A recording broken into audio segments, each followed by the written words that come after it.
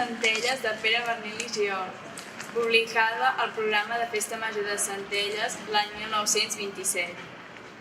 Qui és el que t'ha vista i et veu, ximosa vila, esclat de la muntanya on vas tenir el bressol, que encara el Puigdegorri, el seu doser perfila, amb dauraments a pedra així que apunta el sol.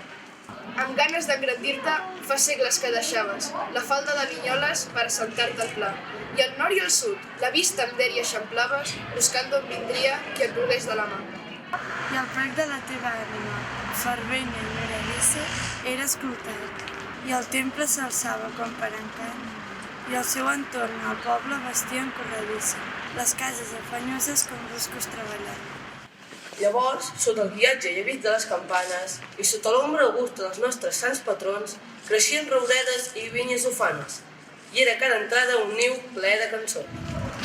Llavors, els camps dels boscos es feien companyia dels telers de fusta guarnets fins al capçal, i al fer-se fosc, per guàrdia segura del nou dia, tancava l'ample porta la torre al portal. I quan feixucs els golfos i les pesants cadenes callaven ja enfermant-se en un descans sense por. De cara dintre el poble, consol de les nostres penes, vetjava passejeta de la besa de l'hora. A fora no calia, la creu ogivalada, guarnida d'on s'alçava allà on és, al passeig, allà on la circunda la gent enamorada, allà on ella s'esplaia en místic remoreig. A tots us he vist néixer, carrers, cases, capelles, les de les cases noves, Jesús i de Socors. La d'allà Sant Antoni, niu de meravelles, la de Santa Madrona, Sopuig de Caçadors.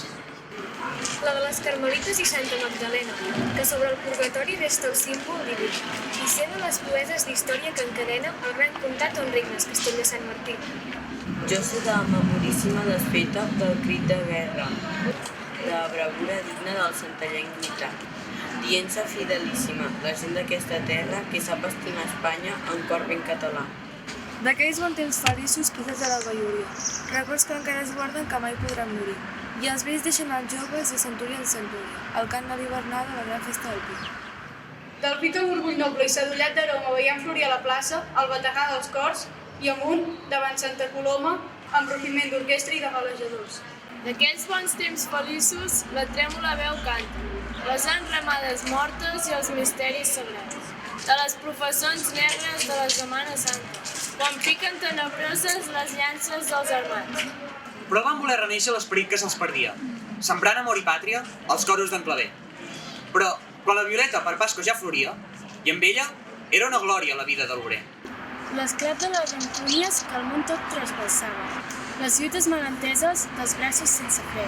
La seva flor avorrien, el seu perfum matava, volent-ne plantar altres d'origen foraster.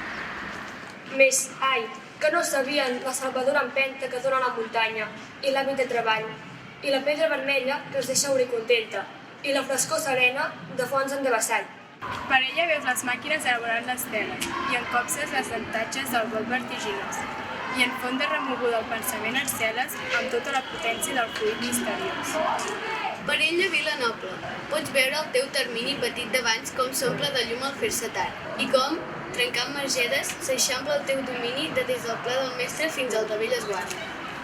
Molt més serà encara si aquest esperit que adora segueix sent norma teva i virtut constant. I els 3 coloms que surten al pic de les 11 hores et guarden la fe antiga que t'ha de fer més gran.